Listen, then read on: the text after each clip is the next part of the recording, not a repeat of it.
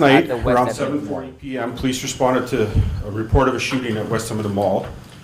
And it was reported that 4 males left the mall and went to their vehicle when a second vehicle, a white-colored SUV, approached them and subsequently resulted in an exchange of gunfire. 2 of the males collapsed on the pavement with serious injuries, and the 2 others fled into the mall, one into the Wild West shooting range with gunshot wounds, while the other fled through the mall, and we do not believe that individual sustained any injuries. And at this time, the 4th male has not been located, nor have the occupants of the white SUV. That being said, we believe we've recovered the SUV that was involved in the shooting.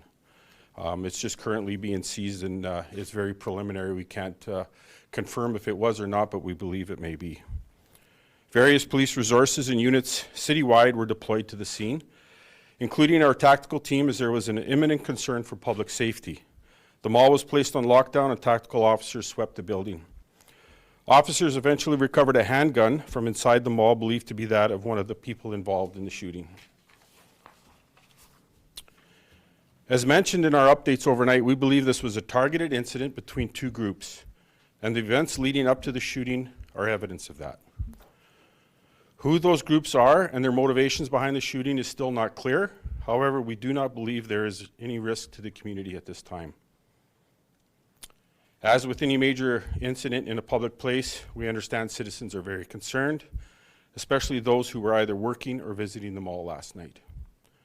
We know there was a lot of misinformation circulating, including suggestions that multiple people were deceased, which was thankfully not the case. I want to be clear about one thing though.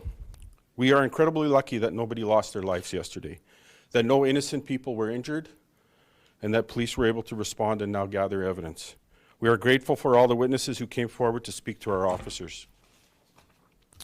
I want to remind citizens to obtain their news from professional and legitimate media sources or from our website and social media pages directly. This will help limit the misinformation that gets out there. And secondly, during a major incident, we ask citizens to refrain from filming and posting all this on social media, as this can put you and our officers at risk. And before we move into any questions, I want to express my appreciation for West Edmonton Mall security, who assisted us with this lockdown. And I want to thank our officers and first responders who continue to show up day in and day out to ensure that our city remains safe. The last 3 days have been incredibly taxing on our officers citywide, but they continue to show their resilience and dedication to the job of serving and protecting. I'll take a few questions, but understand please that this is very early in the investigation, so I won't be able to confirm some things, and I won't be able to talk about some of the evidence that we are gathering. Yes. Arthur Green, Western Standard.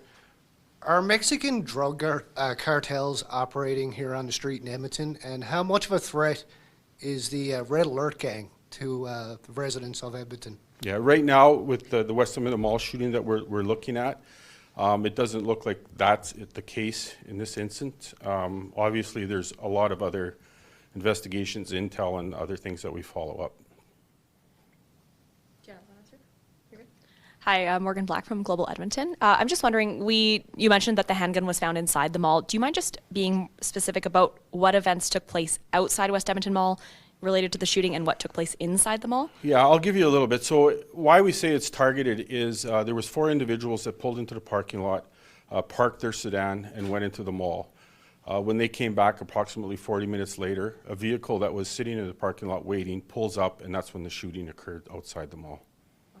You mentioned there was a handgun found inside the mall, though, so that was... Yeah, there was 2 individuals that ran into the mall, one into the Wild West shooting and one into the mall, and I don't know the exact location, garbage can, and that kind of thing. I just know that a gun has been recovered, and we believe it to be involved. And then, I'm not sure how deep you can get into this, but you said events leading up to the shooting kind of gave you some more information. Are you able to be more specific? What yeah, and that's just what I revealed now is because of security witness statements. They parked the vehicle, they go in, and it looks like somebody was waiting for them and approached when they returned to the vehicle. Darcy Robchan, City News. EPS reiterated this several times, but folks getting their news from legitimate sources. You mentioned some of the hassles you had with video on social media, false reports. Can you just go into a little bit of detail how that makes the investigation a challenge when you have all this floating around on social media. Yeah, I mean, what was happening was there was a lot of information. Like I think even one of them was saying that, you know, there's deceased people at the mall. That creates a lot of panic, especially for some of the people that were at the mall that are maybe paying attention to social media, misinformation. They're filming things